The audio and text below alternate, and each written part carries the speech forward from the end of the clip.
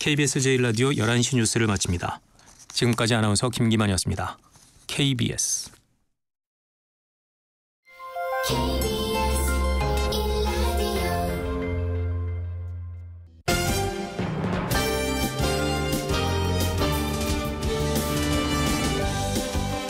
KBS 1라디오 신성원의 오늘 세계는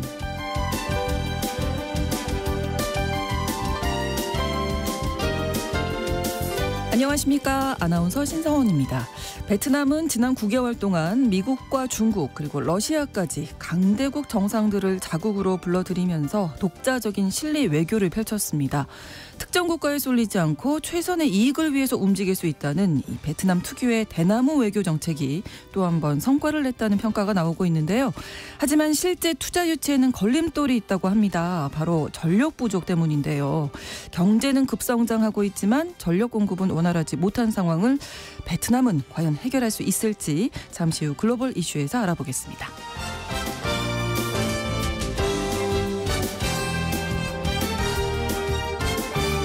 오늘 주목할 국제사회 뉴스 헤드라인 뉴스와 키워드로 정리해드립니다.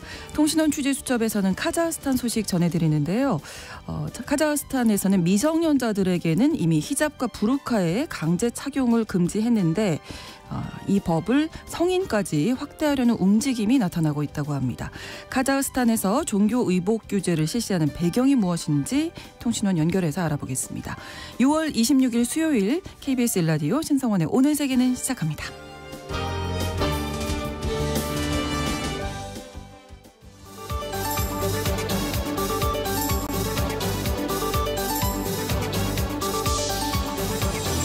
오늘 세계는 헤드라인 뉴스.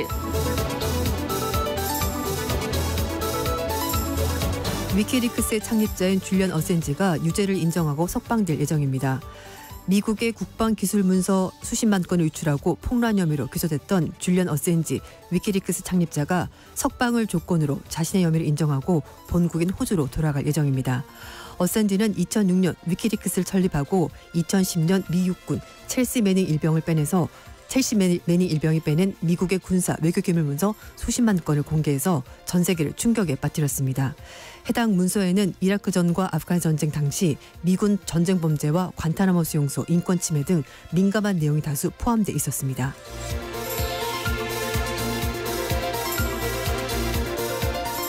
일본이 북한 탄도미사일 가능성 물체가 일본의 배타적 경제수역 밖에 낙하했다고 밝혔습니다. 일본 방위성은 26일 오전 북한이 동해상으로 탄도미사일 가능성 있는 물체를 발사했으며 이 발사체가 일본의 배타적 경제수역 바깥쪽에 낙하한 것으로 추정된다고 밝혔습니다.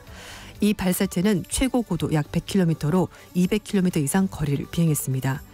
기시다 후미오 일본 총리는 방위성 관계자 등으로부터 이번 발사에 관해서 보고받고 대응 방안을 논의했습니다.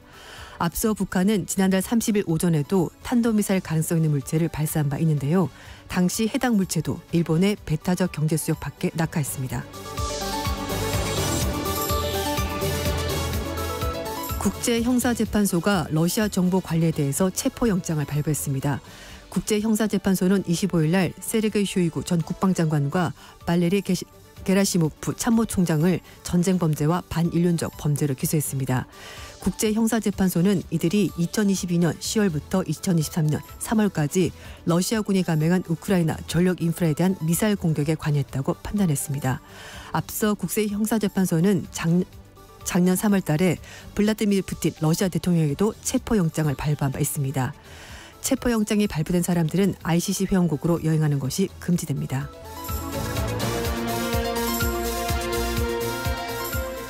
케냐 경찰이 증세를 반대하는 시위대를 향해 발포해 사망자가 발생했습니다. 현지 시각으로 25일 케냐 나이로비를 비롯한 주요 도시 곳곳에서 벌어진 증세 반대 시위를 진압하는 과정에서 경찰이 실탄을 발사해 사망자가 잇따라 나왔습니다. 현재 구급대원은 최소 10명이 경찰총에 맞아 숨졌다고 밝혔고 시민단체인 케냐 의료협회는 최소 5명이 총에 맞아 숨지고 31명이 다쳤다고 발표했습니다. 시위 주최 측은 루토 대통령에게 경찰의 강경 진압에 항의하고 세금 인상안 취소 요구 서한에 대해서 공개 응답을 촉구했습니다.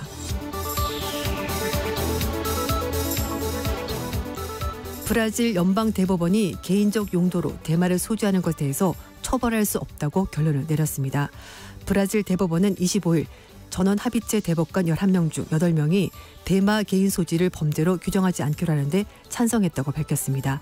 이에 따라서 개인용으로 대마를 보관하거나 몸에 지니고 있는 사람은 브라질에서 처벌을 받지 않습니다.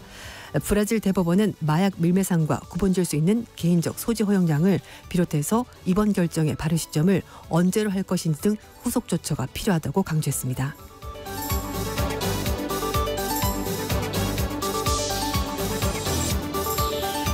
오늘의 헤드라인 뉴스 외신캐스터 조윤주 씨가 전해주셨습니다. 이번에는 키워드로 정리한 국제사회 뉴스를 함께 살펴보겠습니다.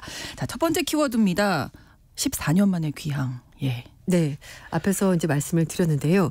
미국의 국방 기밀문서 수십만 건을 유출하고 폭란 혐의로 기소됐던 줄리언 어센지가 석방을 조건으로 자신의 혐의를 인정했고요. 네. 본국인 호주로 돌아갈 예정입니다. 2010년에 폭로 전문 웹사이트 위키리크스에서 미국의 정부 기밀 문건 등을 대량으로 공개해서 간첩 혐의로 기소가 됐는데요. 그동안 희망했던 대로 미국 본토로 끌려가지 않고 10년 넘는 도피 생활을 이렇게 마무리하게 됐는데 미국령 사이판 법원에서 유죄를 인정하는 대신에 5년 넘게 영국 교도소에서 복역한 기간 인정받아서 판결을 받게 되면 바로 석방이 되도록 합의가 됐습니다. 네, 2010년에 기소가 됐는데 무려 14년이 지나서 이제 석방이 되는 건데 그 당시에 정말 뭐 세계가 떠들썩했었거든요. 맞습니다. 다시 한번 좀 정리를 해 주실까요? 어떤 내용이 폭로된 시간이 건지? 좀 많이 지나서 기억을 그렇습니다. 못하실 거예요. 네. 올해 나이는 52살입니다. 어센지가 호주에서 태어났고요. 원래 해커로 활동을 했었는데 네. 2006년에 온라인 폭로 사이트인 위키리크스를 세웠습니다. 그리고 나서 2010년에 미국 육군 정보 분석병이었던 첼시 매닝 일병을 통해서 미 국방부 컴퓨터를 해킹해서 미군이 이라크와 아프간 전쟁에서 저질렀던 민간인 학살 정보 그리고 군사 외교 기밀 정보를 빼내서 폭로를 했습니다. 유출된 정보를 보면 미군의 아파치 헬기가 로이터 통신 기자 2명 비롯해서 11명을 이라크 바그다드에서 살해한 사건 등 미군이 이라크와 아프간 전쟁에서 벌인 여러 가지 비위가 담겨져 있었고요. 네. 결국 18개 혐의로 기소를 됐고 2010년 스웨덴에서는 성폭행을 저지른 혐의 때문에 수배가 됐습니다. 스웨덴으로 송환되면은 미국으로 끌려갈 수 있다고 어센지가 판단했고 그래서 2012년부터 무려 7년 동안 영국 런던에 있는 에콰도르 대사관에서 정치 난민으로 도피 생활을 했습니다. 네. 그때 좀 이상한 행동까지 했었는데요. 2019년 미국의 범죄 인도 요청을 받은 영국 경찰에서 체포가 돼서 또 5년간 벨마시 교도소에서 구금되기도 했었습니다. 미국 정부는 어센지 폭로 때문에 수많은 미국의 정보원들이 위험에 처해졌다라고 주장했고요. 실제로 어센지가 기밀을 폭로하면서 정보원을 감추지 않았으면 후원을 늘리기 위해서 여러 가지 폭로를 과대 광고하는 모습을 보여서 비난을 받기도 해서 사실 뭐 언론에서는 이 사람이 진짜 관종이냐 아니면 네. 진짜 이렇게 뭐 비밀을 폭로하는 사람이냐 그래서 네, 네. 좀 평가가 엇갈리고 있습니다. 네. 어센지가 이 오랜 기간 동안 도피 수감 생활 이어가면서도 네. 사실 미국으로 돌아가지 않겠다고 한 이유가 있다면서요? 맞습니다. 2022년 3월 달에 영국 대법원이 어센지를 기밀 유출 등의 혐의로 기소한 미국으로 송환하기로 결정을 했습니다만 네. 어센지 쪽 변호사는 이의를 제기하면서 계속 런던에 구금이 돼 있었습니다. 어센지는 미국에서 모든 기소 내용에 대해서 만약에 유죄 판결을 받게 되면 네. 최대 징역 175년의 징역형을 선고받을 것으로 예측했기 때문에 사실상의 종신형이었습니다. 그래서 절대 돌아가지 않겠다고 한 거고요. 그래서 호주 정부가 그동안에 미국 정부 사법당국과 함께 그의 석방에 대해서 여러 가지 논의를 했었고요. 호주 의회가 지난 2월 달에 어센지를 본국으로 석방할 것을 요구하는 결의를 통과시켰습니다. 또 조 바이든 대통령이 지난 4월 달에 백악관 기자회견에서 어센지에 대한 이 기소를 취소하라는 호주 정부 요청에 대해서 고려하고 있다면서 긍정적인 답변을 해놨고 결국은 호주, 미국 간의 합의가 있었고 풀려나게 된 건데요. 네. 위키리크스는 24일 날 저녁에 어센지가 런던의 공항을 출발해서 이제 나가는 장면을 소셜 미디어를 통해서 공개했고요. 네. 어센지 아내도 소셜 미디어 통해서 이제 남편이 자유다라고 적으면서 도움을 준 모든 사람들에게 감사의 뜻을 전했습니다. 이 어센지 아내는 어센지 변호인을 활동하다가 두 사람이 사랑에 빠져서 결혼했고 그렇군요. 자녀를 2명 두고 있습니다. 네. 예. 자, 다음 키워드입니다. 끔찍한 결과는 제발 피합시다. 네.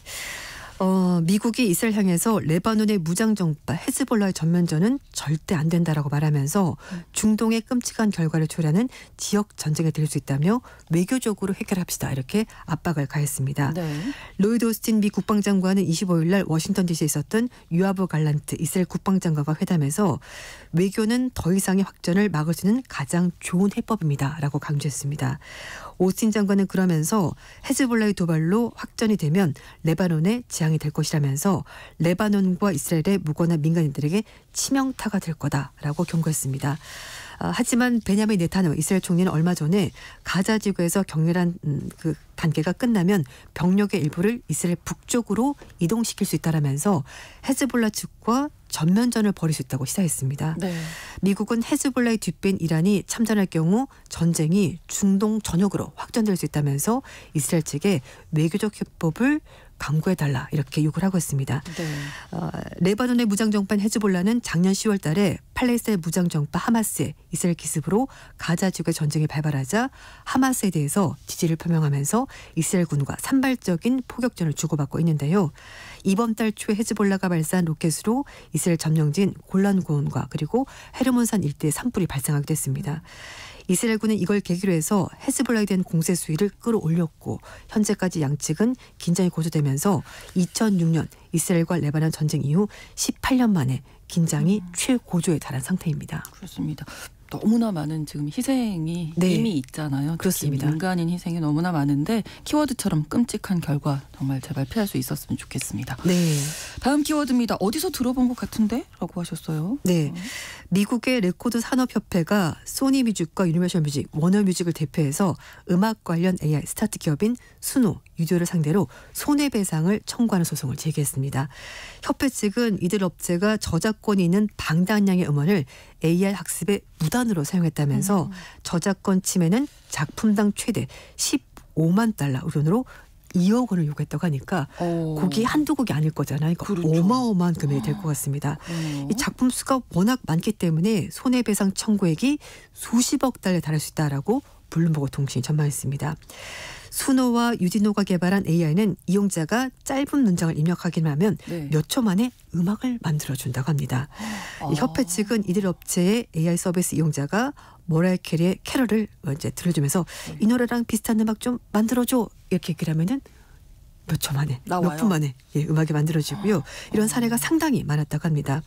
협회 측 관계자는 성명을 통해서 동의나 대가 없이 아티스트의 작품을 복제해서 이득을 받았고 보고서는 공정하다라고 주장한다면 개발자들은 우리와 함께 협력해야지만 성공할 수 있지 않겠냐라면서 소송을 제기한 이유를 밝혔습니다. 고소를 당한 쪽의 반응은 어떻습니까? 네, 이 수노라는 회사 측은 자사가 만든 AI가 기존의 콘텐츠를 복제하는 것이 아니라 완전히 새로운 결과물을 만들도록 설계가 된 거다라고 주장했습니다. 하지만 사람들은 들어본 것 같은데라고도 할 수가 있죠. 그래서 이제 키워드가 어디서 들어본 것 같은데. 왜냐하면은 그 제시해주는 단어가 네. 이제 음악을 좀 틀어주고 이거랑 비슷한 비슷하게. 풍의 음악을 만들어줘 그러면 라고 하니까 듣는 사람 입장에서는 들어본 것 같은데 그렇죠. 비슷한데 이렇게 될 수가 있는 겁니다. 그리고 유디노 측도 인터넷에 공개된 데이터를 그냥 사용한 것뿐이다 라고 이렇게 항변했다고 합니다. 음악 산업에서는 아티스트와 음반사가 이 AI를 실질적으로 위협적인 존재다라고 그렇게 보고 있다고 하는데요. 네. 지난 4월 달에 아티스트 수백 명이 인간 아티스트의 권리를 침해하고 가치를 떨어뜨리는 AI 사용을 중단해 줄 것을 업체 측에 촉구한다면서 공개 서한에 서명하기도 했었습니다. 네, 그러니까 이 AI가 발달하면서 이전에 뭐 뉴욕타임스도 그런 얘기했잖아요. 네. 뉴스 기사를 이제 무단으로 쓰고 있다. 맞습니다. 이런 기존 작품도 그렇고 이런 저작권 문제 그렇죠. 잘 생각을 좀 해봐야 될 것 같아요. 그리고 사실 이제 뭐 어디까지. 음악 같은 경우에는 이제 작사가, 작곡가, 편곡가가 다 정확히 나와 있고 그렇죠. 그리고 혹시라도 문제가 있으면 이거는 뭐 약간 뺏긴 것 같아요. 라면 이제 네. 뭔가 문제가 있습니다. 말을 할 텐데 AI가 만든 거니까 비슷한데 어디가 정확히 비슷한지를 좀 찝어내기가 네. 곤란한 부분도 있고요. 네. 또 제 친구 중에 사실 작사, 작곡하는 친구가 있는데 이 AI에 대해서 굉장히 불만이 많습니다. 그렇군요. 먹고 살기 너무 힘들다면서 계속 해야 되나 말아야 되나 고민이다. 이렇게 말한 친구가 있습니다. 그렇군요. 자, 네 번째 키워드입니다. 계획대로 흘러가지 않네요. 네, 예. 그렇습니다. 무하마드 빈 살만 사우디 왕세자가 야심차게 추진하고 있는 초대형 신도시 건설 프로젝트 네옴 프로젝트가 이 사우디 정부의 자금 조달 한계 때문에 축소가 불가피할 것 같다고 영국의 BBC가 전했습니다. 네. 계획대로 되지가 않는 겁니다. 그러네요. 네옴 프로젝트는 2017년에 빈 살만 왕세자가 발표한 비전 2030의 핵심적인 사업이고요. 5천억 달러, 우리 돈으로 693조 원을 들여서 홍해와 인접한 사막 지역의 서울 면적의 44배에 달하는 미래형 도시와 첨단 산업단지를 만들겠다는 대형 프로젝트였습니다. 네. 완공은 2030년 목표인데요. 이 네옴 프로젝트는 석유 산업에 의존하던 사우디가 경제 구조를 다각화하면서 탄소 중립 향해서 이 세계적인 흐름에 맞춰서 미래 도시를 만들겠다라는 것이 프로젝트 목표였는데 2022년에 우크라이나 전쟁이 발발하고 나서 국제 유가가 막 올랐습니다. 그래서 사우디 같은 산유국들은 돈을 많이 벌었습니다. 그런데 국제 유가가 지금은 진정이 되면서 사우디 정부의 재정 적자가 오히려 심화됐고요. 그래서 국부펀드의 현금마저 부족해지면서 자금 조달에 문제가 생겼고 프로젝트가 진행되기가 어려워지게 된 겁니다. 이 사우디 정부가 올해 2,700억 리알, 우리 돈으로 미국 달러로 210억 달러의 재정 적자가 발생할 것으로 보이고요. 내년과 내후년에도 재정 적자가 계속된다고 합니다. 그동안에 사우디 정부가 네옴 프로젝트를 통해서 조달했었던 사우디 국펀드 공공투자기금도 현금이 부족해지면서 자금 조달에 좀 어려움이 있다고 하는데요. 근데 문제는 우리나라 업체들도 네옴 프로젝트에 수주를 하려고 하고 있거든요. 그래서 그렇죠. 조금 차질이 있지 않을까라는 걱정이 되는 부분인데 2022년 11월 달에 빈 살만 왕세자가 방한했을 당시 사우디 정부는 우리 기업들과 290억 달러 규모의 업무 협약 26개 체결했고요. 이 중에 상당수가 네옴 프로젝트 관련 사업입니다. 좀 차질이 없었으면 좋겠는데 좀 걱정되긴 합니다. 전체가 이제 서울의 44배 넓이고 면적. 그 안에 10개 미래형 도시, 첨단 산업단지 이런 것들이 들어서는 너무나 초대형 프로젝트인데 역시 네. 자금 문제가 그렇습니다. 쉽지 않네요. 네. 인생 계획도 뜻대로 안 되듯이 이런 대형 프로젝트도 그렇습니다. 여러 가지 변수가 있는 것 같습니다. 네. 다음 키워드 폭염의 또 다른 위력이네요. 네, 워싱턴 DC의 게리슨 초등학교 교정에 에브람 링컨의 전 대통령이죠. 밀랍 네. 조형물이 있는데요. 이게 더위 때문에 녹아내렸습니다. 너무 더워서. 네, 맞습니다. 이게 이런 일이. 네, 지난 2월 달에 샌디 윌리엄스 사세가 제작한 조형물이고요. 1년 동안 게리슨 초등학교 원래 전시될 계획이었는데 네네. 작년 9월 달에 일단 이제 먼저 이게 만들어져서 세워졌는데 이게 남북 전쟁 이후 이제 재건 역사에 대해서 관심을 높이기 위해서 1년간 전시하려고 했었는데요. 하지만 조형물이 녹아내리면서 이렇게 차질이 빚어지게 됐습니다. 결국 2월에 동일한 조형물을 이제 그때는 또 파손된 적이 있어 다시 한 번 더 만든 건데 이번엔 더위 때문에 또다시 파괴가 된 건데 최근 며칠 동안 기온이 35도 안팎까지 올라가면서 이 조형물이 밀랍으로 만들어져서 빠르게 녹아내렸다고 합니다. 네. 제작자 얘기로는 이게 60도 정도까지는 괜찮은 걸로 알고 있었는데 이렇게 무더위 때문에 조형물이 녹아내릴지 상상조차 못했다 이렇게 말했다고 합니다. 몇 시간 동안 35도 이상에서 있으면 그렇죠. 온도가 더 높아지겠죠. 그러니까요. 네. 맞습니다. 그래서 지속적으로. 현재 그 비영리 단체도 날씨 때문에 조형물이 녹아내릴지 몰랐다라고 말하면서 기후변화 심각성을 보여주는 사례인 것 같다라고 말했습니다. 네. 최근에 미국 북동부 중서부 지역에서 기록적인 폭염 계속되고 있는데요. 워싱턴 DC 포함한 미국 북동부 지역은 비교적 위도가 높아서 기온이 낮은 지역입니다만 네. 올해는 기온이 계속 올라가면서 주민 불편 커지고 있고요. 맨체스터 등 미국 북동부 일부 지역은 예년보다 기온이 15도가량 올라간 지역도 있다고 합니다. 네, 저희가 무더위 관련해서 여러 가지 소식 전해드렸습니다. 이렇게 밀랍 조형물도 녹아내릴 정도로 너무나 덥다. 더운 날씨다. 네. 근데 아직 7월이 오지 않았습니다. 그렇습니다. 예, 좀 건강 관리 올여름엔 잘 하셔야 될 것 같고요.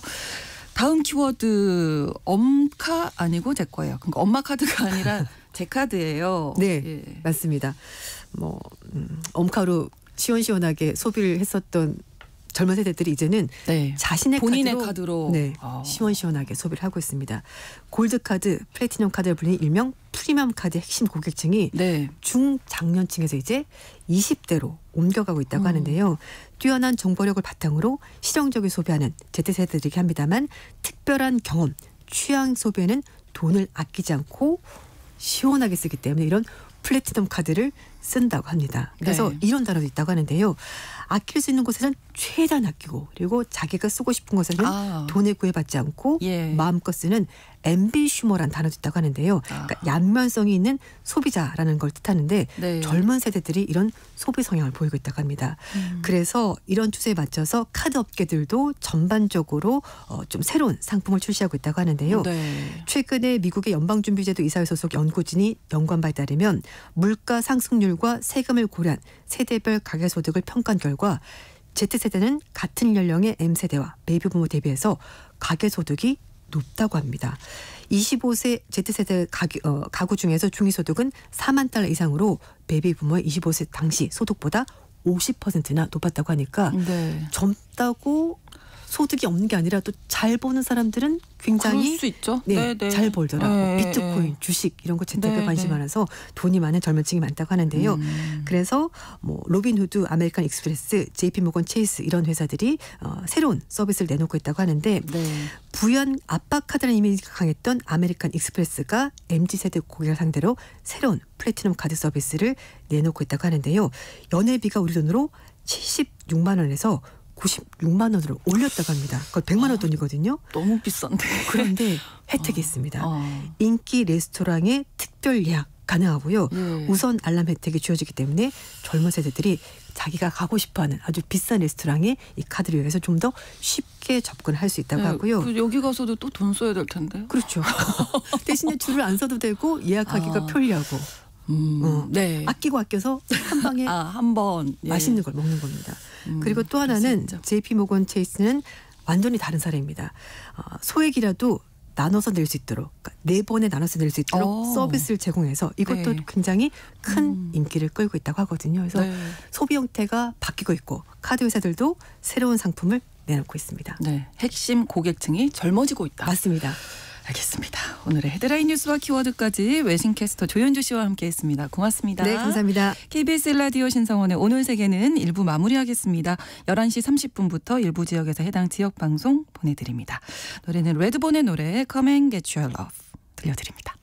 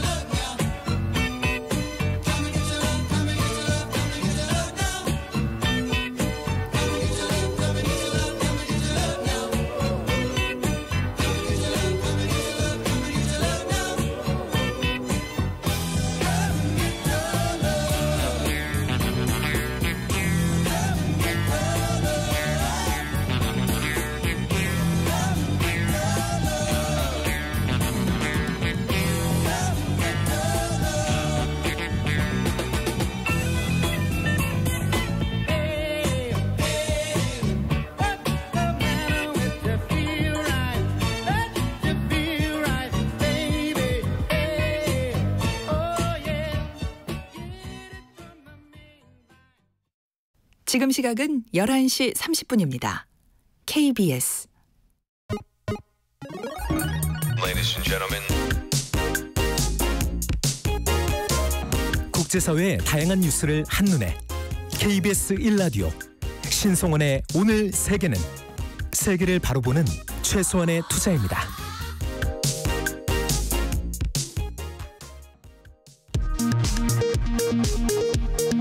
이 시각 라디오 정보센터 뉴스입니다. 북한이 오늘 동해상으로 탄도미사일을 발사했지만 실패한 것으로 추정한다고 군 당국이 밝혔습니다. 한미 정보당국은 북한이 이번에 발사한 미사일이 극초음속 미사일의 가능성에 무게를 두고 기종과 비행거리 등 자세한 재원을 분석 중입니다. 합동참모본부는 북한이 밤사이 날린 오물풍선 가운데 100여 개가 경기 북부와 서울 지역에 떨어졌다고 밝혔습니다. 북한이 이틀 연속으로 살포한 대남 오물풍선의 여파로 오늘 새벽 인천국제공항에서 한때 항공기의 이착륙에 차질이 빚어지기도 했습니다. 여야는 내일 본회의를 열고 국민의힘 몫으로 남은 국회 부의장과 7개 상임위원장을 선출하기로 합의했습니다. 제22대 국회 개원은 다음 달 5일 열립니다. 정부는 반도체 기업의 투자자금 조달을 위한 최소 18조 원 규모의 반도체 금융지원 프로그램을 다음 달부터 시작합니다. 정부는 반도체 산업단지 조성에도 속도를 내기로 했습니다. 국토부는 최근 지진 발생에 대응해 어제부터 다음 달 15일까지 3주 동안 지진 감시 시스템 등 철도 시설의 지진 대응 체계를 점검한다고 밝혔습니다. 진보 성향의 노벨 경제학상 수상자 16명이 트럼프 전 미국 대통령의 재선은 인플레이션에 다시 불을 붙이고 세계 경제에 충격을 줄 것이라고 경고했습니다. 이들은 공동서한에서 바이든 대통령의 경제 정책이 트럼프 전 대통령에 비해 훨씬 우월하다며 이같이 주장했습니다. 중국의 올해 수출 실적이 개선될 것으로 전망됨에 따라 경제 전문가들이 보는 올해 중국 경제 성장 전망치도 상향 조정됐다고 블룸버그 통신이 보도했습니다. 전문가들은 올해 중국 수출이 지난해 대비 4.3% 증가할 것으로 예상했습니다. 지금까지 라디오 정보센터 뉴스 정한나였습니다.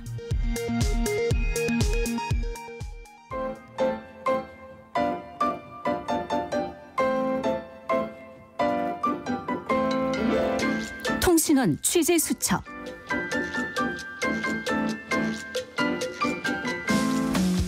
통신원 취재 수첩, 오늘은 카자흐스탄 알마티 연결해 보겠습니다. 김상욱 통신원이 준비하고 계신데요. 안녕하세요.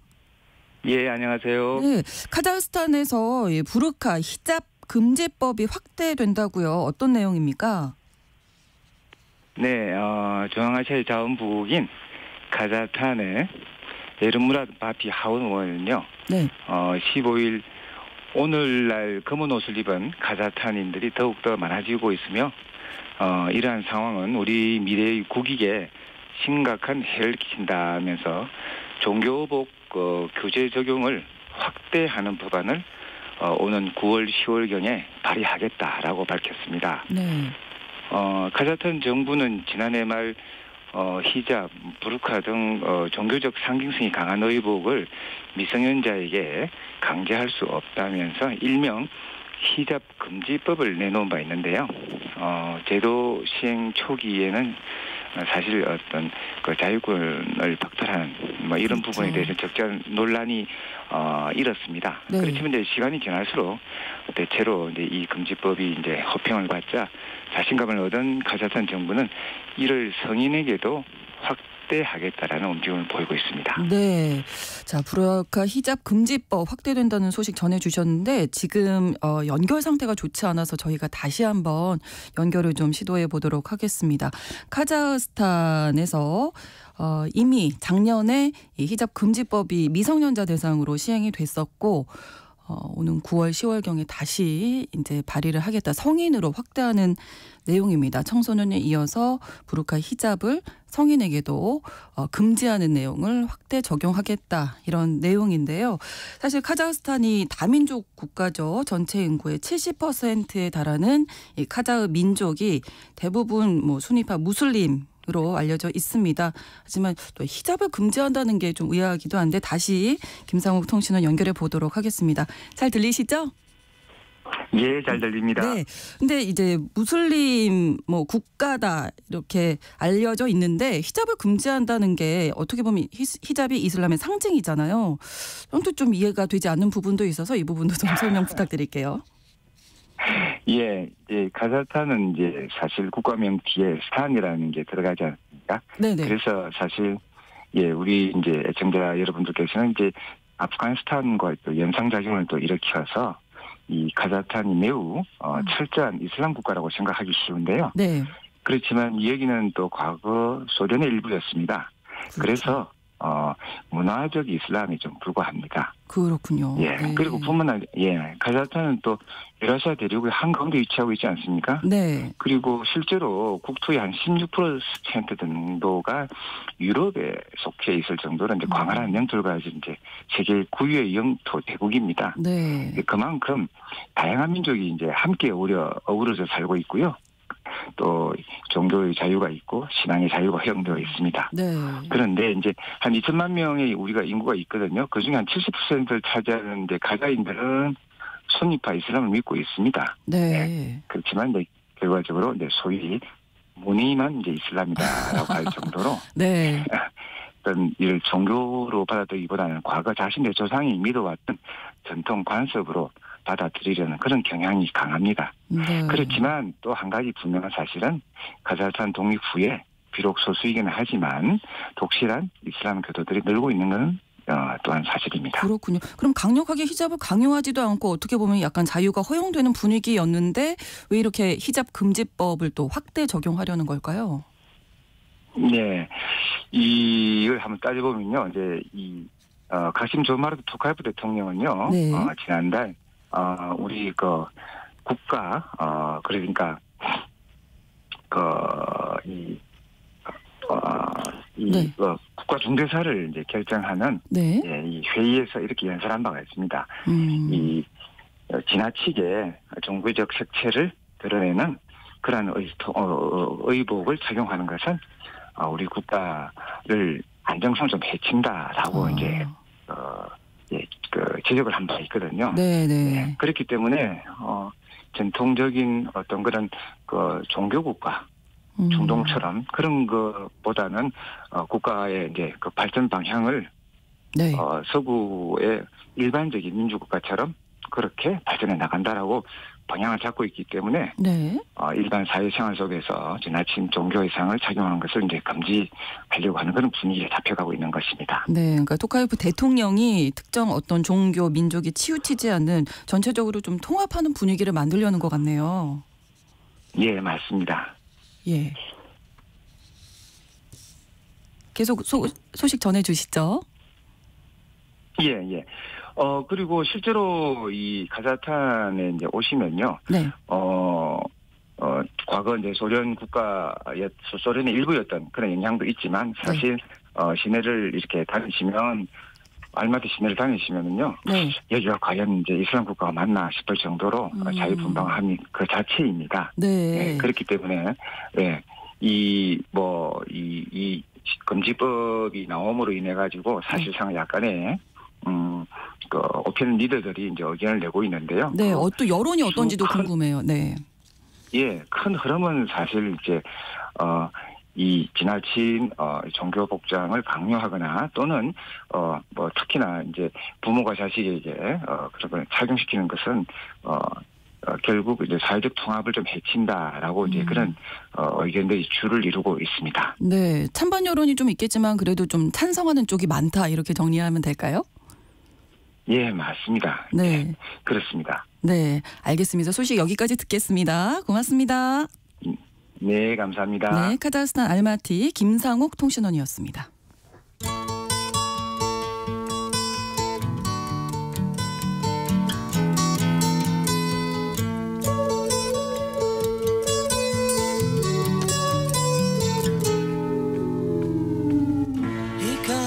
짚어볼 이슈입니다. 에너지에 관한 최근 이슈 중에서 우리가 주목할 점들 짚어보는데요. 오늘도 법무법인 율촌 전문위원이신 최준영 박사님과 함께하겠습니다. 어서 오세요. 네, 안녕하세요. 자, 오늘은 또 어느 나라 이야기를 들어볼까요? 얼마 전에 러시아 푸틴 대통령이 북한을 방문했죠. 네네. 네, 우리는 거기에 대해서 이제 관심이 되게 많고 그렇죠. 지금까지 이제 이야기가 이어지는데 푸틴 대통령이 북한을 방문한 다음에 바로 모스크바로 돌아간 게 아니고 다른 곳으로 갔습니다. 베트남. 예, 그래서 예. 오늘 말씀드릴 것은 베트남 이야기입니다. 예. 그러니까 베트남은 제가 한번 기억을 더듬어 보니까 지난 9개월 사이에 미국의 바이든 대통령, 중국의 시진핑 주석, 그 다음에 러시아의 푸틴 대통령 등이 모두 방문했어요. 그러네요. 예, 그러니까 어떻게 보면 뭐 공급망 다변화 뭐 이런 이야기가 나오면서 베트남이 중요하다 이런 생각들을 많은 나라 정상들이 하고 있는 것 같아요. 네. 그러니까 어떻게 보면 베트남이라는 나라가 특정 국가에 쏠리지 않고 자기들이 최선의 이익을 위해서 잘 움직이는 어떻게 보면 베트남 특유의 이제 대나무 외교라고 보통 이야기를 하는데 네. 이런 외교가 잘 작동하고 있구나라는 것을 알 수 있는 그런 모습인 것 같습니다. 네, 주요 강대국들이 좀 관심을 네, 갖고 다들 있는. 줄줄이 찾아가고 있죠. 네, 그러면 뭐 베트남 입장에서는 너무 좋은 거 아닌가요? 그렇죠. 뭐 네. 경제도 잘 성장하고 좋을 것 같은데 걱정이 별로 없을 것 같은데. 근데 뭐 세상 일이 다 그렇죠. 예. 마냥 좋은 일은 없습니다. 얼마 전에 이제 이 베트남과 관련돼 있는 여러 가지 정보들은 사실 일본 쪽에서 많이 나옵니다. 네. 근데 일본의 싱크탱크인 이제 일본 종합연구소라는 곳이 있는데요. 네. 여기에서 이제 베트남이 미래에 당면할 3가지 과제 이런 것을 발표를 했는데 첫 번째는 인재 부족. 두 번째는 이제 모든 나라들이 이제 국제 합의로 15% 세금을 물리기로 했기 때문에 네. 여태까지 싸게 투자를 유치하던 베트남이 좀 어려울 수도 있다라는 이야기. 그다음에 세 번째는 오늘 주제인 전력 부족입니다. 그래서 오늘은 이 베트남의 전력 부족 이야기를 좀 해보겠습니다. 전력이 베트남이 네. 좀 많이 부족한 상황인가요? 그러니까 이게 1년 전 일인데 기억하시는 분들이 별로 없으시더라고요. 네. 작년 이맘때 그러니까 2023년 6월, 5월, 6월 정도에 네. 베트남에서 대규모 정전이 한 2달에 걸쳐가지고 계속 발생을 했어요.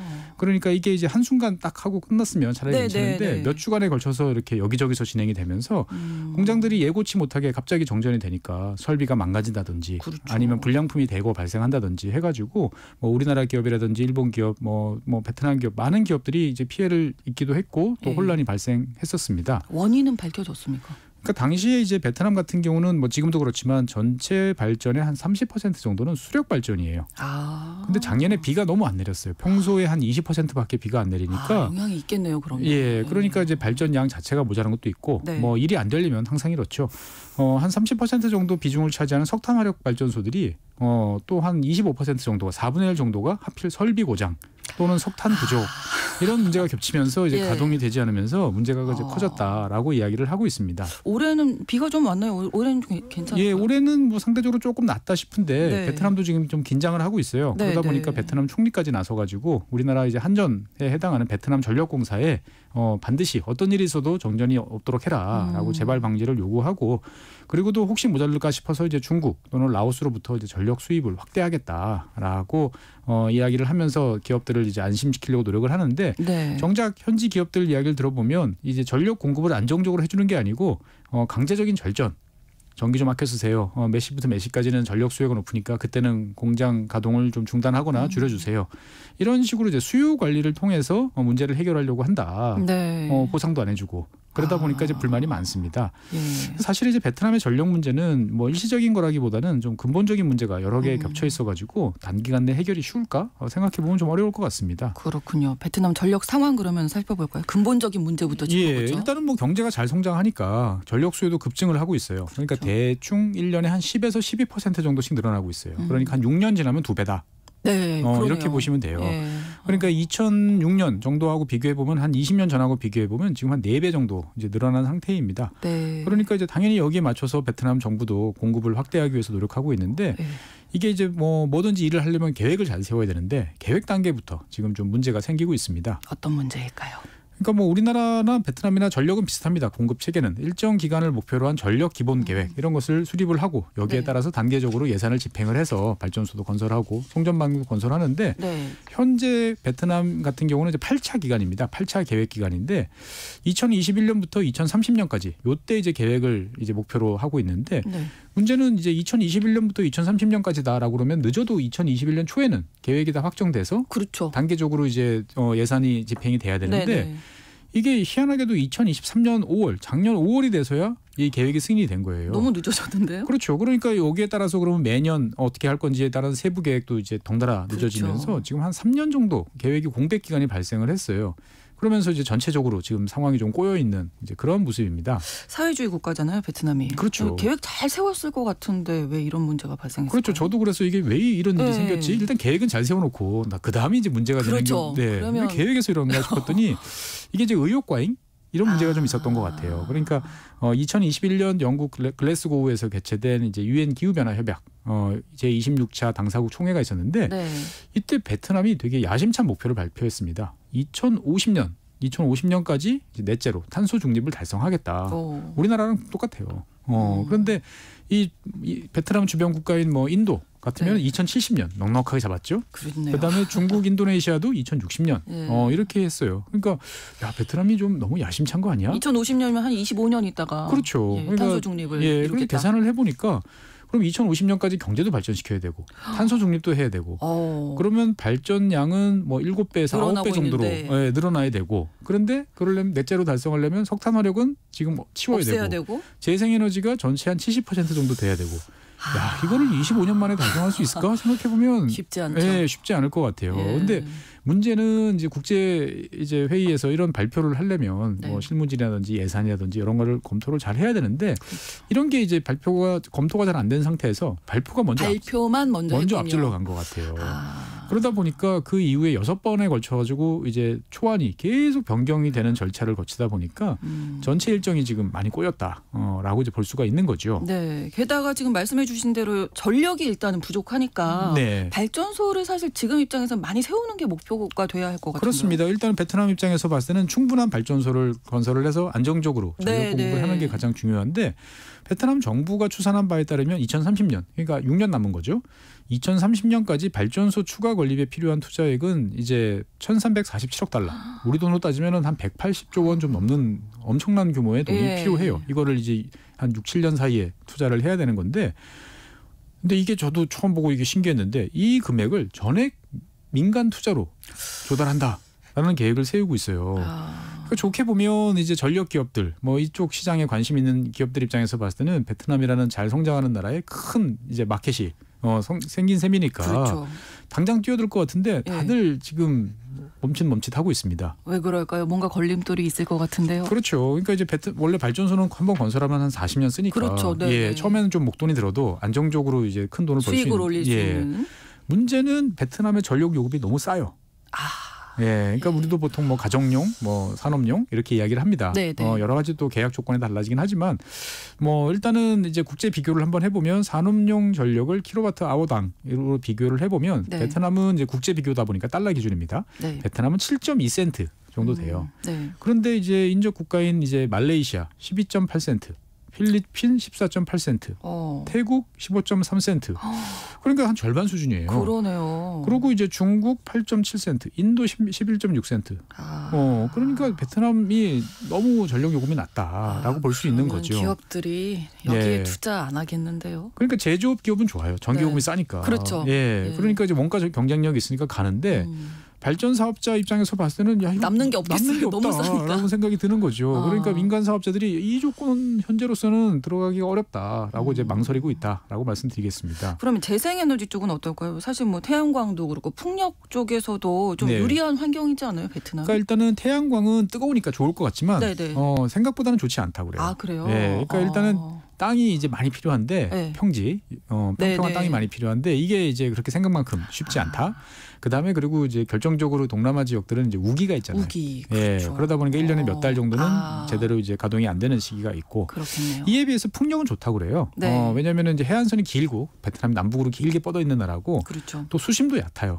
그러다 보니까 여기에 이제 해상 풍력을 하기 좋은데 네.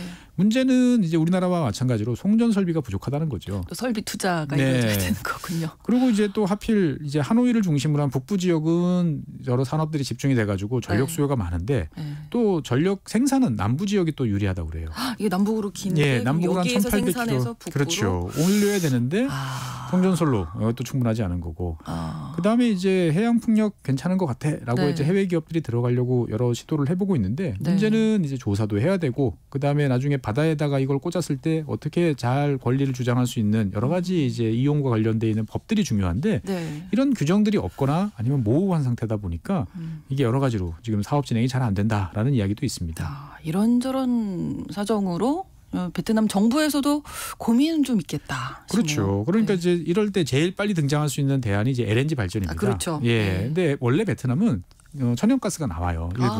그래서 자체적으로 생산되는 국산 천연가스만 이용해서 발전을 했는데 도저히 이걸로는 안 돼요, 된다. 지금. 그래서 이제 작년서부터 LNG를 수입을 하기 시작했어요. 뭐 카타르나 이런 나라로부터. 네. 그래서 2030년까지 13개의 LNG 발전소를 건설해서 이걸로 이제 전체 발전의 15% 정도를 감당하도록 하겠다라고 하는데 문제는 이제 돈 문제죠. 그렇죠. 예.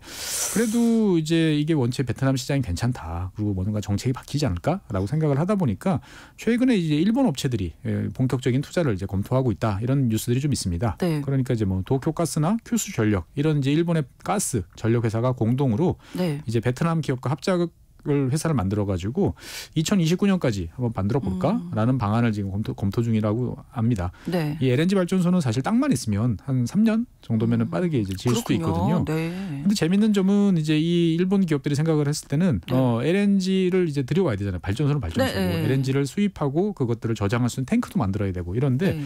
이런 거 관련 시설들은 다 해상에 띄워놓는 부유식으로 만들 계획을 지금 잡고 있어요. 땅 위에 안 만들고 예, 바다에 띄워요. 그렇죠. 그러니까 육지의 시설을 만들려면 일단 땅을 넓은 땅을 이제 확보를 해야 되는데 발전소에 꼭 필요한 땅은 어떻게든 쉽게 마련할 수 있을 것 같은데 LNG 저장 시설 그다음에 그다음에 인수 기지 만들려면 더 넓은 땅하고 설비도 많이 들어가고 하다 보니까 이 바다 위에 띄워놓는 거는 그냥 조선소에다가 오더를 넣으면 다 이제 해양 플랜트 형태로 만들어 주니까 그냥 근처까지 끌고 가면 되는 거잖아요. 물론 초기 투자금은 더 비싸지만 네. 그래도 빠르게 가동을 할 수 있으니까 이게 괜히 시간 끄는 것보다 이게 이 낫지 방법이 않을까. 낫겠다. 그러니까 이제 베트남이 사회주의 국가긴 한데 다 국유지인데 네. 그래도 이 토지 확보라는 거는 쉽지 않으니까. 라는 상황도 알 수 있고 네. 그리고 이제 베트남 정부는 이제 일본 기업들과 더불어서 이제 중국 업체들 투자를 유치하기 위해서 현재 노력을 하고 있습니다. 양국 관계가 지금 네. 좀 미묘한데요. 상당히 미묘하죠. 네. 예. 그런데 이제 우리 생각과는 달리 정치는 정치, 그 다음에 돈은 돈입니다. 중국은 이제 우리나라를 제치고 홍콩과 더불어서 베트남에 대한 해외 직접 투자 FDI 1위 국가입니다. 총 누적으로 보면 대한민국이 1위인데 최근 들어서 투자 금액은 중국이나 홍콩이 더 많습니다. 네. 그런데 이제 중국 기업들이 여러 가지 프로젝트를 하고 있는데 전력 관련 프로젝트도 한 50개 가까이 이미 하고 있어요. 네. 그런데 이제 베트남 입장에서 봤을 때는 속도가 너무 느리다. 아니면은 이제 그 규모를 좀 늘려달라 이런 요청들을 하고 있고 네. 이것들을 더 뛰어넘어서 이제 ESS 배터리 저장 시설이라든지 아니면 수소, 암모니아 그러니까 결국은 이제 그 탄소 중립을 해야 되니까 이런 쪽도 좀 해주세요라고 지금 요청하는 이제 그러한 상황입니다. 네, 뭐 경제가 빠르게 성장하고 있고 많은 국가들이 주목을 받고 있어서 별 문제가 없어 보였는데 그렇지 않네요. 그렇습니다. 네. 이게 이제 급속한 경제 성장에 따른 이제 어떻게 보면 후유증인데 네. 우리나라 같은 경우도 1990년 을 전후해가지고 뭐 다 부족했습니다. 전력, 교통, 항만, 용수 다 부족해서 이거를 우리나라 같은 경우는 1990년대 초중반에 어마어마한 투자를 했습니다. 네네. 그래서 문제를 극복하고 이후 한 20-30년 동안 사용할 만큼 이제 넉넉하게 늘려놨는데 이게 베트남이 과연 우리처럼 요 상황을 잘 돌파를 해서 보다 나은 쪽으로 도약을 할 수 있을 것인지 어떨 것인지는 좀 지켜보는 것도 네. 좀 흥미로운 일이 되지 않을까 싶습니다. 앞서서 대나무 외교 네. 말씀드렸는데 외교적으로 좀 어떻게 해결할 수 있는 방법이 있을까요? 그렇죠. 그러니까 이게 여러 가지로 판단을 해야 되는 거죠. 네. 기업들한테 적절하게 이익도 좀 남겨주고. 그렇죠. 그런데 베트남 정부 가장 큰 고민은 부채가 늘어나는 것을 매우 두려워하고 있어요. 그러다 보니까 발전소 아이고 뭐 국가가 투자해서 베트남 정부가 보증해서 짓겠다라고 그러면 돈 빌려줄 나라는 기업들은 많죠. 그러게요. 그런데 민간 기업으로만 하려고 하니까. 그런데 베트남 정부는 이 국가 부채가 늘어나는 거에 대해서 아주 민감하게 반응을 하고 있어요. 그러다 보니까 빚을 내면 안 된다라고 하다 보니까 그러면 돈이 필요하니까 이거는 민자로 라고 하는데 이게 이제 그러면 전력 요금을 올려줘야 되는데 어느 정도는 그래도 네. 예, 투자를 해야 맞습니다. 되는데 예, 너무 야심찬 계획을 좀 사고 있는 거 아닌가? 라는 생각도 좀 들죠. 알겠습니다. 법무법인 1촌 최준영 전문위원과 함께 베트남의 전력 문제 오늘은 자세히 짚어봤습니다. 오늘 말씀 고맙습니다. 네, 감사합니다. KBS 라디오 신성원의 오늘 세계는 오늘 방송 마무리하면서 크라우디드 하우스의 Don't Dream It's Over 전해드리겠습니다. 저는 내일 오전 11시 5분에 다시 뵙겠습니다. 고맙습니다.